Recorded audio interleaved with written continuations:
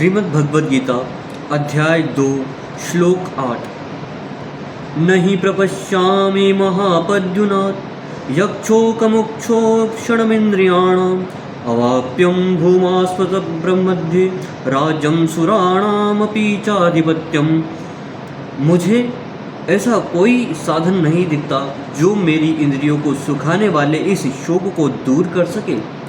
स्वर्ग पर देवताओं के आधिपत्य की तरह इस धन धान्य संपन्न सारी पृथ्वी पर निष्कंटक राज्य प्राप्त करके भी मैं इस शोक को दूर नहीं कर सकूंगा। अर्थात अर्जुन जो है वो कृष्ण भगवान को बोल रहे हैं कि अगर मुझे पृथ्वी का निष्कंटक राज्य यानी कि पृथ्वी का संपूर्ण राज्य क्यों न मिल जाए तब भी मैं ऐसा अपराध करने की नहीं सोच सकता कि मैं अपने ही बंधु परिवार वालों को मार दूं। तात्पर्य, यद्यपि अर्जुन धर्म तथा सदाचार के नियमों पर आधारित अनेक तर्क प्रस्तुत करता है, किंतु ऐसा प्रतीत होता है कि वह अपने गुरु भगवान श्री कृष्ण की सहायता के बिना अपनी असली समस्याओं को हल नहीं कर पा रहा।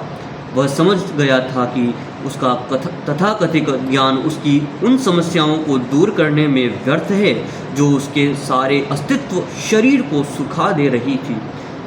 उसे इन उलझनों को भगवान कृष्ण जैसे आध्यात्मिक गुरु की सहायता के बिना हल कर पाना असंभव लग रहा था। शैक्षिक ज्ञान, विद्वता, उच्च पद, ये सब जीवन की समस्याओं का हल करने में व्यर्थ है। यदि कोई इसमें सहायता कर सकता है तो वह है एकमात्र गुरु। अतः निष्कर्ष यह निकला कि गुरु तो 100% कृष्ण भावना भावित होता है, वही एकमात्र प्रामाणिक गुरु है और वही जीवन की समस्याओं को हल कर सकता है। भगवान चैतन्य ने कहा है कि जो कृष्ण भावनामृत के विज्ञान में दक्ष हो, कृष्ण वेत्ता हो, चाहे वह जिस भी जाति का हो, वही वास्तविक गुरु है। यानी कि जो गुरु है वह ब्राह्मण हो या निश्चित नहीं, उसके कर्म जो है उसे ब्राह्मण बनाते हैं और गुरु बनाते हैं। कि बा विप्र कि बा न्यायी शूद्र के नय ये कृष्णत्वेत्वा से गुरु है। कोई व्यक्ति चाहे वह विप्र वैदिक ज्ञान में दक्ष हो, निम्न जाति में जन्मा शूद्र हो या कि सन्यासी, यदि वह कृष्ण के विज्ञान में दक्ष है तो वह यथार्थ प्रामाणिक गुरु है।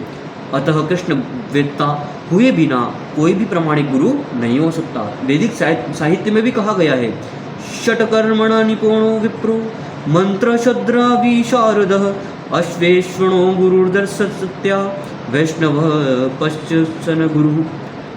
विद्वान ब्राह्मण भले ही वह संपूर्ण वैदिक ज्ञान में पारंगत क्यों न हो, यदि वह वैष्णव नहीं है यानी कि वह वैष्णव जैसे आचरण नहीं कर रहा है या कृष्ण भावनामृत में दक्ष नहीं है तो गुरु बनने का पात्र नहीं है।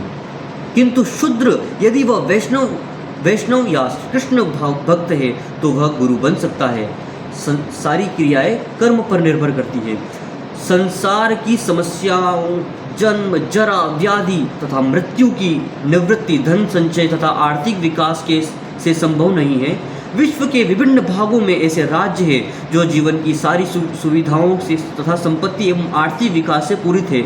यानी कि हम जब अमेरिका और उन देशों को देखते हैं वो सब धन धान्य यानी कि अपना भारत देश है वो विकासशील है और भी विकसित है, तब भी जो वो मानसिक प्रेशर है वो बना रहता है क्योंकि वह ज्ञान जो है उनको अभी तक मिला नहीं है और न उसे वो एक्सेप्ट कर रहे हैं। किंतु फिर भी उनके सांसारिक जीवन की समस्याएं ज्यों की त्यों बनी हुई है। वे विभिन्न साधनों से शांति खोजते हैं कि अलग अलग तरीके अपनाते हैं शांति खोजने के लिए, सुख सुविधाओं के, किंतु वास्तविक सुख उन्हें तभी मिल पाता है जब वे कृष्ण भावनामृत से युक्त कृष्ण के प्रामाणिक प्रतिनिधित्व के माध्यम से कृष्ण तथा कृष्णत्व पूरक भगवद गीता तथा श्री भागवत के परामर्श को ग्रहण करते हैं। यदि आर्थिक विकास तथा भौतिक सुख किसी के पारिवारिक, सामाजिक, राष्ट्रीय तथा अंतर्राष्ट्रीय अव्यवस्था से उत्पन्न हुए शोकों को दूर कर पाते तो अर्जुन यह न कहता कि पृथ्वी पर अप्रतिम राज्य या स्वर्ग लोक में देवताओं की सर्वोच्च भी उसके शोकों को दूर नहीं कर सकती। यानी कि एक मनुष्य के पास में सारी सुख सुविधा, सारी चीज़ें हो और कृष्ण भावनामृत न हो तो वो अशांत ही रहेगा।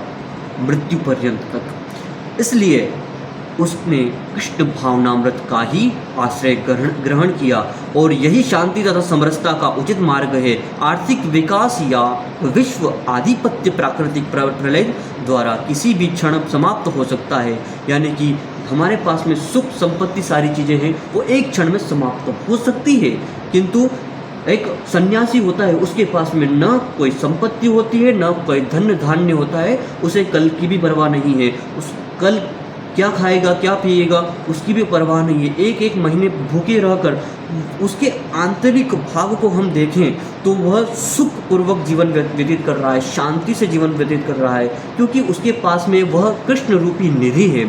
यहाँ तक कि चंद्रलोक जैसे उच्च लोकों की यात्रा भी जिसके लिए मनुष्य प्रयत्नशील है एक झटके में समाप्त हो सकती है।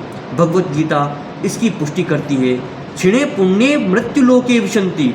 जब पुण्य कर्मों के फल समाप्त हो जाते हैं तो मनुष्य सुख के शिखर से जीवन के निम्न स्तर तक गिर जाता है। इस तरह से विश्व के अनेक राजनीतिज्ञ का पतन हुआ है।